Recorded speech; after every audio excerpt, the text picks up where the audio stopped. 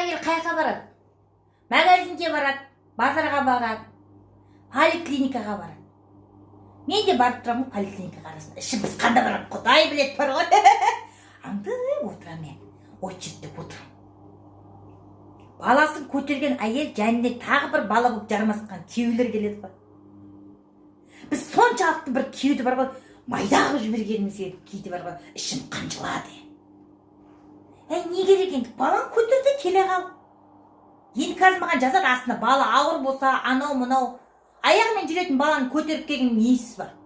Ілмеген жігіттер мына бүйіріне баласын салып келеді. Ал мақұл кесін, отырады. Әйел соткада ана бала күйеуінің басына шығып алады. Әкесінің басына шығып. Ана еркек байғыз мені былай, қойшы. Кейін үйіне бар ол өкпелейді ғой. Балам басыма шықты, мен осы үйде еркек емеспін, абыройым жоқ деп.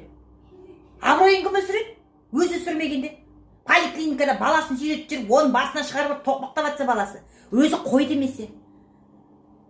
Еркектер майдаланбаса шіркін. Оны әйел майдаламаса шіркін. Бос әңгіменің арасына тықпаса. Үйдің анау-мынау тіршілігіне жұмсамаса. Баяғыда әкелеріміз жұмыстан келе жатыр дегеннен, ойбой, әкеміз келе жатыр. Әкелеріміз де қабағын шытып, қайдан жұмыс істеп жатыр ма, істемер, әйтеуір шаршап келетін еді ғой. Олар шаршап, қабағын шытып келеді бүйтіп ше. Әкең келді деп дауысын шығармай, дыбысын шығармай, әкең отыр тамақ ішкен жерде кішкене, сабыр сақтап кішкене, ес басты жиып, етек жеңді жиып, әкең ұйықтап жатыр дегенде қандай едік? Қазір әке келсе, балалары бар ғой, әкесінің үстіне мініп кетеді ғой. Біздің еркектер балажан ба? Білмеймін енді. Майдаланып барамыз ба? Әкенің орнын қылайық та әйелдер. Болмайтын нәрсеге магазинге еркектер жібересіздер ғой. Ана списокпен алып жатқанда, алдыңда очередьте алып жатқанда мен ұялам, Құдай-ау, ананың арасына бір сұмдық шығып кетпесе екен деп. Біздің әйелдер ұялмай өзінің қажеттілігінің бәрін жазып жібереді ғой. Оны еркектер де алып жүреді ғой. Не керек? Енді баяғыда ауылда кір жуғанда су тасып беріп жатса, еркектер әйелін жаңа түскен кезде келіндерге ырбың еді. Енді ол жарасымды. Ал енді бірге отырып кір жу, қонақ дегенде ыдыс-аяқ тасысу, менің ойымша екен төмендеу. Біз еркектің дәрежесін көтеруіміз керек. Онсыз да билікке әйелдер келе жатқанда не керек?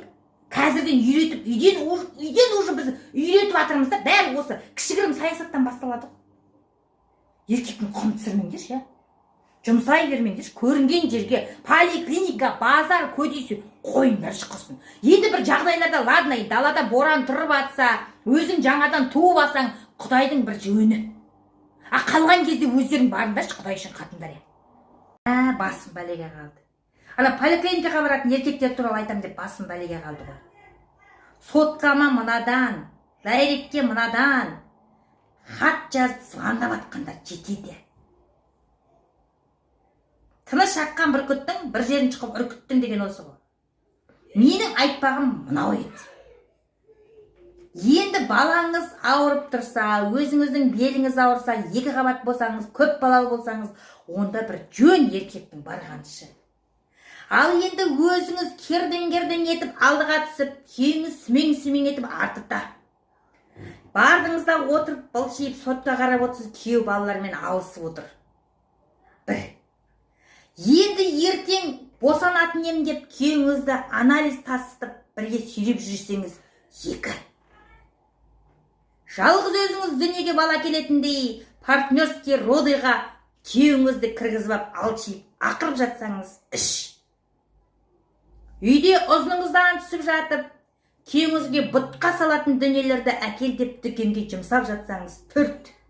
Міне, осындай сұмдықтар болмаса, еркектерді майдаламасақ деп айтқым келіп еді негізінде.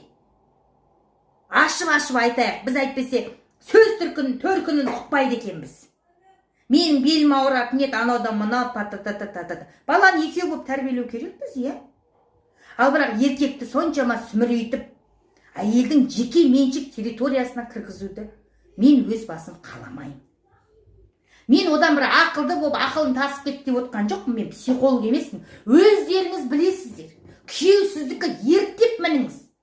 Бала отырма, мына жағына сіз отырып мініп алып барыңыздаршы басына, поликлиникаға. Құрысын, шаршап кеттім. Ачу ауылда тұрмаймыз, тірлік істесе. Пол жусын, мен үй сыпырсам пол жусын деп жазыпты ғой бір келіншек. Жуғызыңыз. Әсіресе қонақ келгенде жүгіртіп қалсаң, сияқтасып жүрсін күйеуіңіз. Қонақты сіз күтіп атсыз, күйеуіңіз жүгіріп жүр, давай. Сен ауылда емессің, қора тазалап атқан жоқсың. Давай, жүгіртіп қойыңыз. Нан илетіп қойсаңыз қандай керемет.